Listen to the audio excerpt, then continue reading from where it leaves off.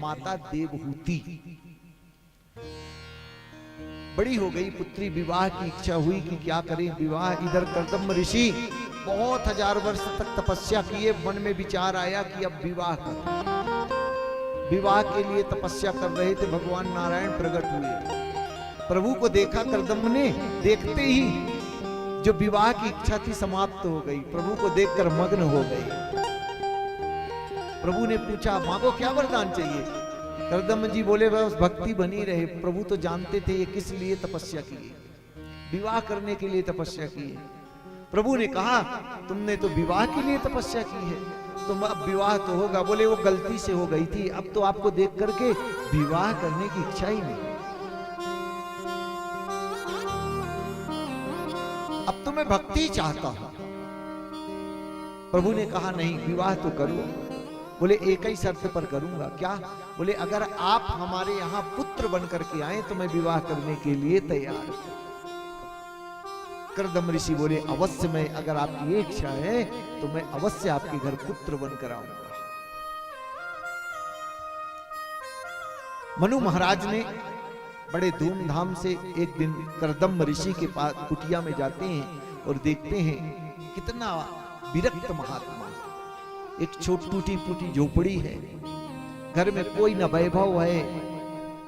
बारिश आती है तो घर में पानी की बूंदें गिरती हैं, उसी में चिड़िया भी रह रही है, उसी में कबूतर भी रह रहा है। वहीं पानी का झरना है जिसमें शेर भी पानी पी रहा है, खरगोश भी पानी पी रहा है, हिरण भी जल पी रहा है। किसी से कोई वैर द्वेष है ही नहीं।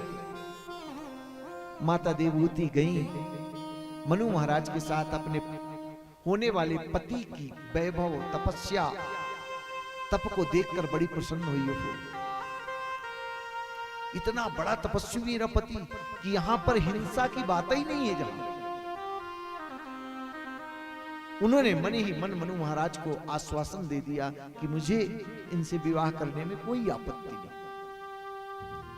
कर्दम ऋषि के साथ बड़े धूमधाम से मनु महाराज ने अपनी बेटी देवहूति का विवाह गंधर्व विधि से संपन्न कराया।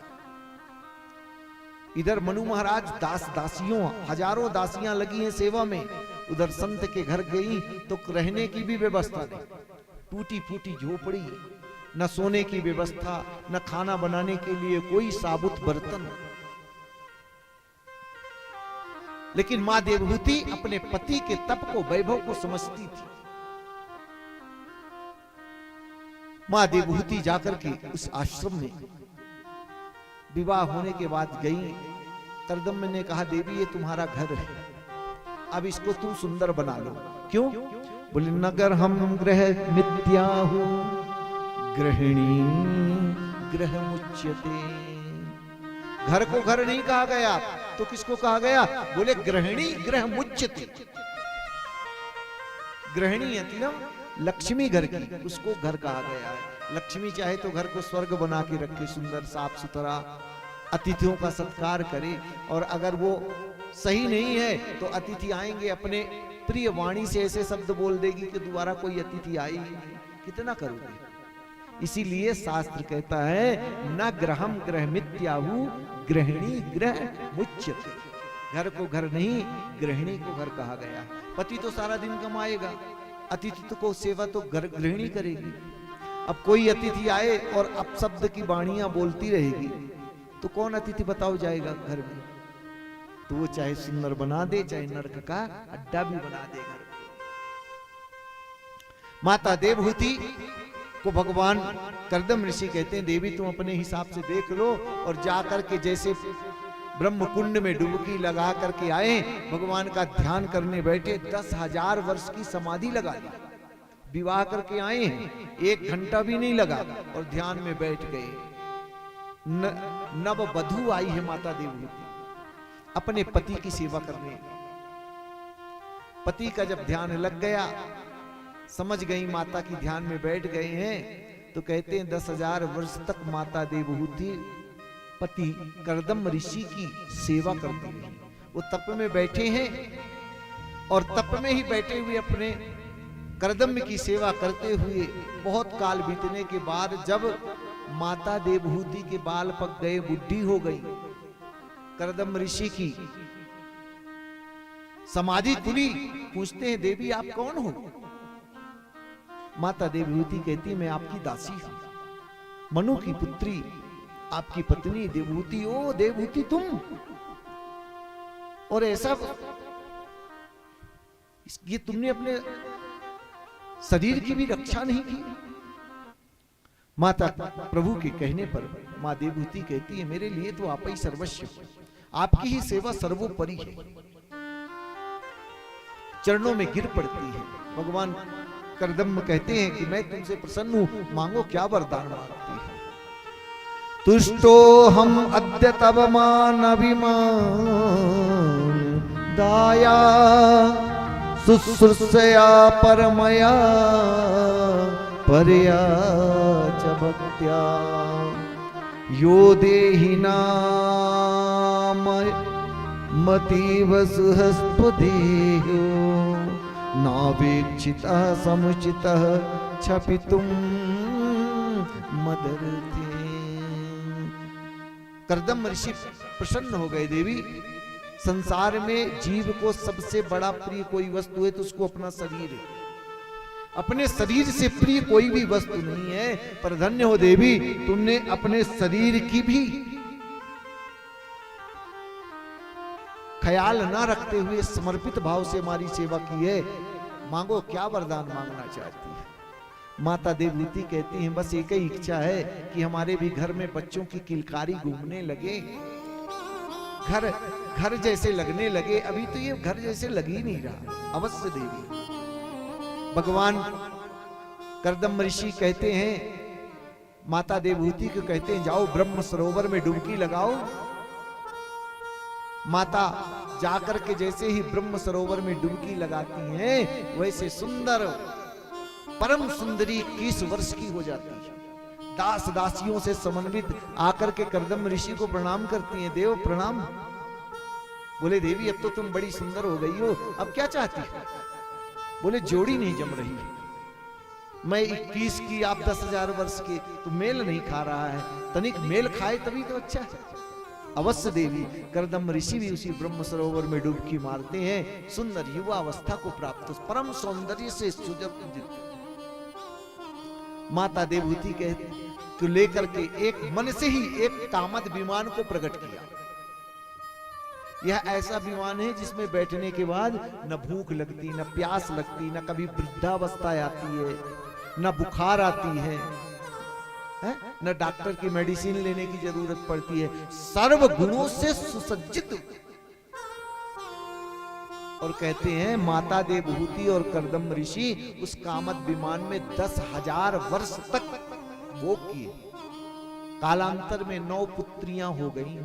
ये नवदा भक्ति, जिसमें एक माता अनुसुईया भी है। कौन नहीं जानता अनुसुईया माता को, जिन्होंने ब्रह्मा विष्णु महेश को ही बालक बना लिया। 9 पुत्रियां हो गई। एक दिन करदम ऋषि बोले देवी हमने तो एक ही संतान की बात की थी, अब हम तो चलेंगे भजन करने, तुम रहो। माता चरणों में गिर जाती हैं। स्वामी ये तो पराया धन है, दूसरे के घर चली जाएंगी 9 की 9 बेटियां, लेकिन आप भी चलो जाओगे तो मेरा अविलंब क्या होगा? मैं किसके सहारे जीऊं? और आपको तो प्रभु नारायण का आशीर्वाद है कि आपके घर पुत्र रूप में जन्म लेकर आएंगे, तो फिर आपको वन जाने की क्या जरूरत है? जब माता देवहूति ने यह बात करदम ऋषि को याद दिलाई, वन जाने का जो ख्याल था त्याग दिया। ओ देवी तुमने तो धन्य हो, तुमने याद दिला दिया। मैं तो वन में खोजने जा रहा था। मेरे घर तो स्वयं नारायण ने आशीर्वाद दिया है, पुत्र रूप में आएंगे। कालांतर में एक पुत्र की उत्पत्ति हुई, जो भगवान के अवतार ही हैं, भगवान श्री कपिल देव। बोलिए कपिल भगवान की जय। भगवान कपिल देव प्रकट हुए। जैसे ही भगवान कपिल का प्रादुर्भाव हुआ, ब्रह्मा जी अपने 9 पुत्र, उस समय 10वें पुत्र नारद जी कहीं घूमने चले गए थे। इधर करदम ऋषि की 9 पुत्री थी, ब्रह्मा जी के 9 पुत्र थे। लेकर के आए करदम बड़े सौभाग्य की बात है, तुम्हारे 9 पुत्रियां, हमारे 9 पुत्र, चलो विवाह कर दें इसी झटके में। सुंदर वो 9 पुत्रियों का विवाह, कला देवी का विवाह मरीचि से, अनुसुईया का विवाह अत्रि ऋषि से, ऐसे करके 9 के 9 पुत्रियों का विवाह कर दिया। पुत्र हुआ, पुत्र को प्रणाम करके करदम ऋषि कहते हैं, देवी अब मैं जाना चाहता हूं भजन करने। देखो घर में कितनी भी अनुकूलता हो, चतुर्थपन में वानप्रस्थ जीवन जीना ही चाहिए। बोले चतुर्थपन क्या है? बोले 61 शब्द है, 61 की उम्र जब होने लगे तो वानप्रस्थ जीवन में थोड़ा थोड़ा मन को लगाना चाहिए। अब सोचो कि अभी और थोड़े दिन बेटे का विवाह कर लूं, बेटी का विवाह कर लूं, फिर पोते की बारी आ जाएगी, फिर पोते की बारी आ जाएगी, तो वैसे तो जिंदगी में कभी छुट्टी मिलेगी ही नहीं। आपका धर्म है, आप अपनी संतान का शिक्षा दीक्षा देने के बाद, उनको बढ़िया विवाह इत्यादि करने के बाद वानप्रस्थ जीवन जीने के प्रयास करो। चतुर्थपन में अवश्य ही जीवन को भगवत शरण में डालना ही चाहिए, अन्यथा फिर बुढ़ापे में कोई अपना नहीं होता नारायण के अलावा।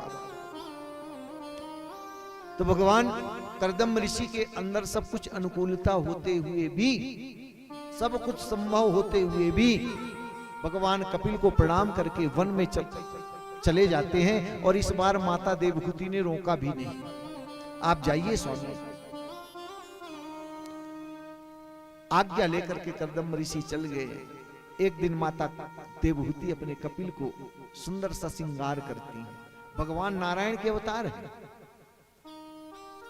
बड़ा सुंदर दृष्टांत है यहाँ पर। माता देवहूति कोई साधारण देवी नहीं है, मनु महाराज की पुत्री है। कोई कमी नहीं है, न धन की, न वैभव की, न पद की, न तप की। संसार में माता देवहूति के बराबर किसी को सुख भी नहीं मिलेगा, क्योंकि जो कामद विमान में मां बैठी थी, वह कामद विमान मां देवहूति के अलावा किसी को आज तक मिला भी नहीं। वो तो करदम ऋषि की तपस्या का फल था। अपने पुत्र को श्रृंगार करके एक दिन बैठा कर बोलती है, बेटा एक बात बोलूं? बोलना। क्या चाहती हो? बोले मेरे जैसा संसार में कोई भाग्यशाली नहीं होगा। पुत्र मिला, बेटा कपिल भगवान का, नारायण का अवतार तेरे जैसा। पति मिला करदम ऋषि जैसा, पुत्री मिली अनुसुईया जैसी, दामाद मिला अत्रि ऋषि जैसी, पिता मिले मनु जैसे। किस परिकर से कम है? संसार के समस्त साधन भी मुझको मिले, फिर भी मेरा मन अतृप्त है, अशांत है।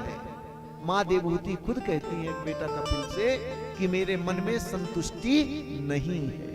अब बताओ, मां देवहूति जब कहती है मैं अतृप्ति हूं, तो हम आप संसार के साधनों से, पदार्थों से कैसे पूर्ण हो सकते हैं? जो अनित्य हैं संसार के पदार्थ, नाशवान है संसार के पदार्थ, उन पदार्थों में हम पूर्ण सुख खोजते हैं, हम कैसे सुखी होंगे? भोजन करने के बाद दोबारा भूख न लगे तो हम मान ले कि पदार्थ नित्य है। भोजन करें फिर शाम को भूख लग जाती है, पानी पिए फिर प्यास लग जाती है। तो जो पदार्थ हैं संसार के अनित्य हैं, नाशवान हैं, उनसे में हम सुख ढूंढते हैं, पर उनमें सुख नहीं है। मां देवहूति यही भगवान कपिल से कहती हैं कि बेटा मेरा मन अतृप्त है, अशांत है, मेरे जैसा किसी ने सुख नहीं भोगा, फिर भी मैं दुखी हूं। कृपा करके मेरे अज्ञान रूपी शाखाओं का खंड कर दे। मां देवहूति कहती है निर्विन्ना नितरा भूमन असद इंद्रिय तर्षणा येन संभाव्ययायेन प्रपन्नांधम तमः प्रभो। मां कहती है निर्विन्ना नितराम भूमन असद इंद्रिय तर्षणात्, ये इंद्रियां है ना खींचती रहती है। बेटा तू अपने ज्ञान की तलवार निकाल करके मेरे अज्ञान रूपी इन शाखाओं का खंड खंड कर दे। पुत्र मैं तेरी शरण में। भगवान कपिल को व्यासपीठ पर बैठा करके माता देवहूति उनसे तत्व ज्ञान अर्जित करती है। मां कहती है तम त्वागताहं शरणं शरण्यं स्वभृत्य संसार तरो उठार। त्वागताहं शरणं शरण्यं स्वभृत्य संसार तरो उठार। जिज्ञासयाहं प्रकृते पुरुष जिज्ञासयाहं प्रकृते पुरुषस्य नमामि सधर्म विदाम्बरीश। नमामि सधर्मविदाम्बरीश। तं त्वागताहं शरणं शरण्यं स्वभृत्य संसार तरो उद्धार। तं त्वागताहं शरणं शरण्यं स्वभृत्य संसार तरो उद्धार। यहाँ पर भगवान ने 8 अध्यायों में इसको कहते हैं कपिल अष्टाध्यायी। माता देवहूति के अज्ञान को दूर करने के लिए पुत्र को ही गुरु मान करके माता ने ज्ञान अर्जित किया। तो कभी ये ना सोचे कि छोटा है तो क्या ये ज्ञान दे सकता है। माता देवहूति अपने पुत्र कपिल को ही छोटे से 5 वर्ष के बालक को व्यासपीठ पर बैठा कर कहती हैं तन्त्वागतो हम शरणम शरण्यम। जब हम शरणागति होते हैं ना तो परमात्मा हम पे प्रसन्न होता है। तो मां देवहूति क्या है आज? बोले शरणागति। जीव संसारियों पे शरणागति तो दे देता है लेकिन ब्रह्म पे नहीं देता। और ब्रह्म कहता है अनन्याश्चिन्तयन्तो मां ये जना पर्युपासते तेषां नित्याभियुक्तानां योगक्षेम्यं वहाम्यहम्।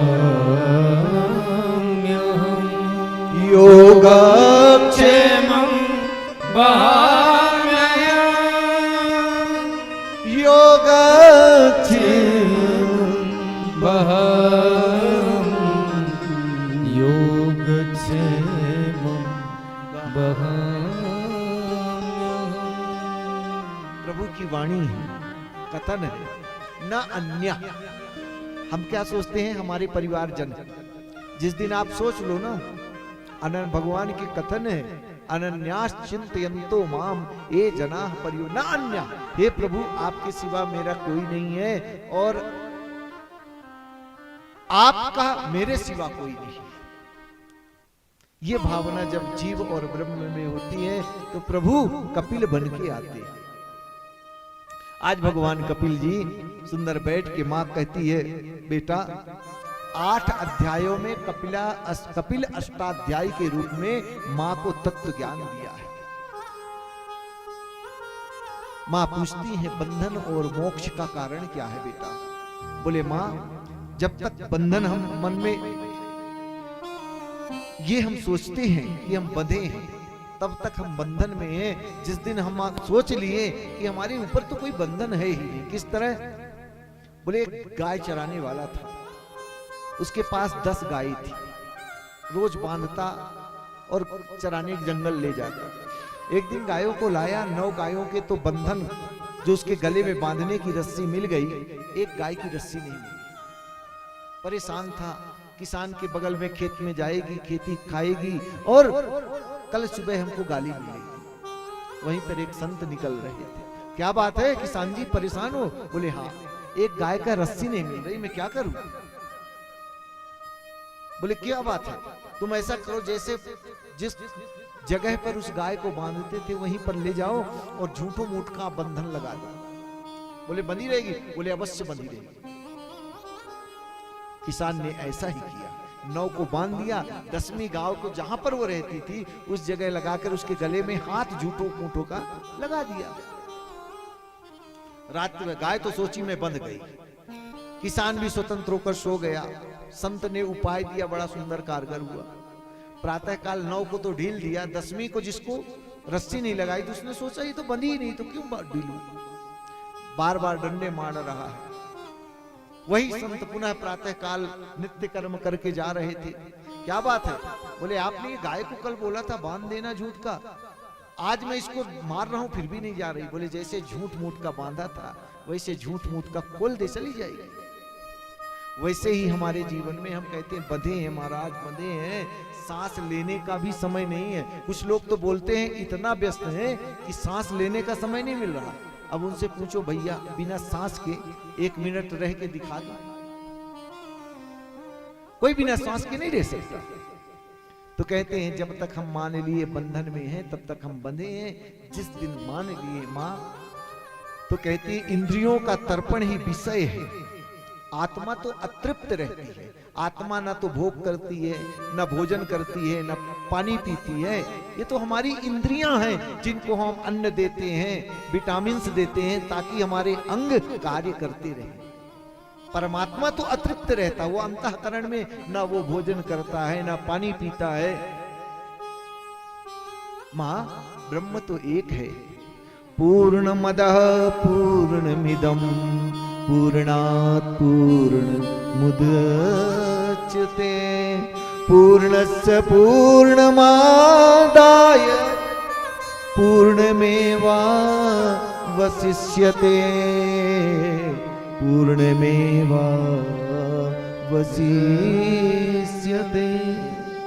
मन ही बंधन और मुक्ति का कारण है।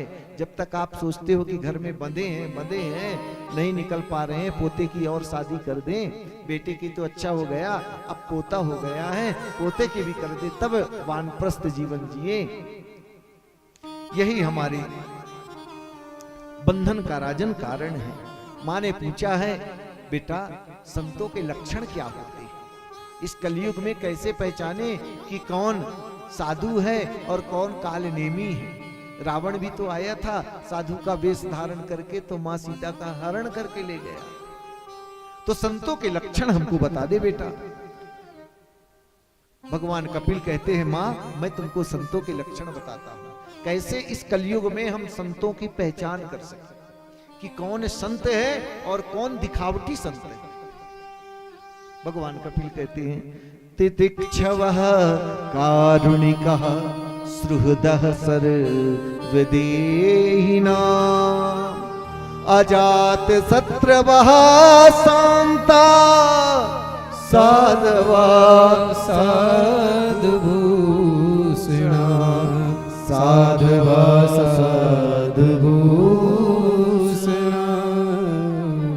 संत के लक्षण बताते हैं क्या है? बोले तितिक्षवा, बड़े सहनशील होते हैं।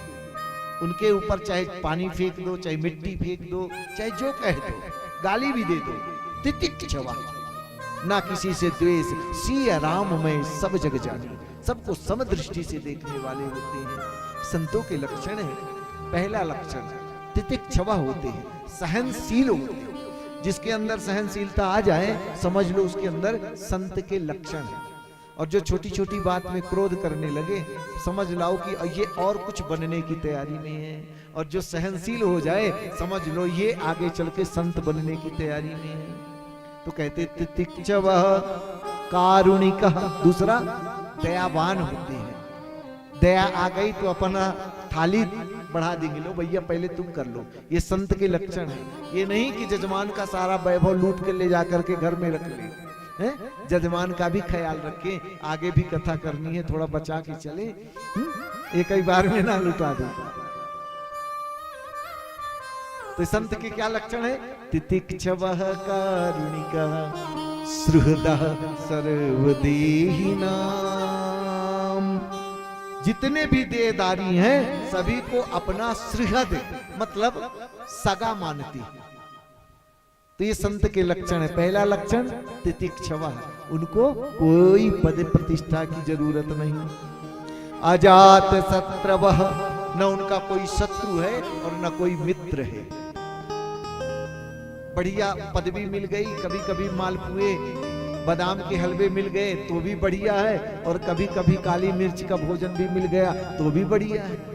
जैसी व्यवस्था बने उसी में बढ़िया है, हाँ? जैसा जजमान व्यवस्था करे वही बढ़िया है। तो संत के लक्षण कहते हैं अजात शत्रवः, अजात शत्रवः, कोई शत्रु नहीं, जो जैसा है उसी में मस्त है। दांतों के बीच में जिह्वा रहती है ना, कहते हैं संत वैसे ये जिह्वा होती है, दांत को सदैव इंतजार दांत करते हैं कि कब जिह्वा मिले, कब उसको काट खाऊं। परंतु कभी गलती से दांत के द्वारा आपकी जिह्वा कट जाती है तो क्या दांतों को दंड देते हो? ले लो पत्थर और दांतों को मारो, अरे दुष्ट, इतनी नाजुक जिह्वा को तुमने काट दिया, आज मैं तुझको तोड़ दूंगा। क्यों नहीं तोड़ते? क्योंकि जिह्वा भी अपनी है, दांत भी अपना है। अभी तो जिह्वा का दर्द सह रहे हैं, अब दांत तोड़ेंगे उसका भी दर्द हो। तो तितिक्षवः कारुणिकः सहृदः सर्वदेहिनां।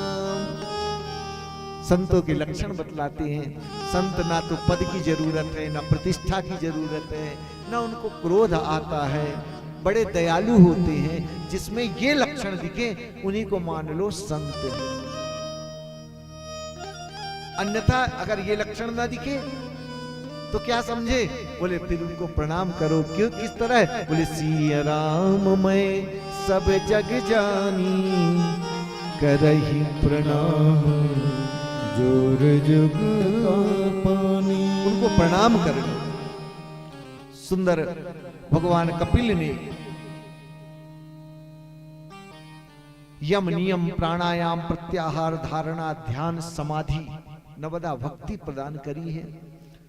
बड़े सुंदर सुंदर बेटा भक्त कितने प्रकार के होते हैं। भक्ति के लक्षण माता देवहूति को कपिल ने बतलाया है। बेटा संसार में जीना है तो किस तरह जिए? बोले कुरंग मातंग पतंग भृंग मीना,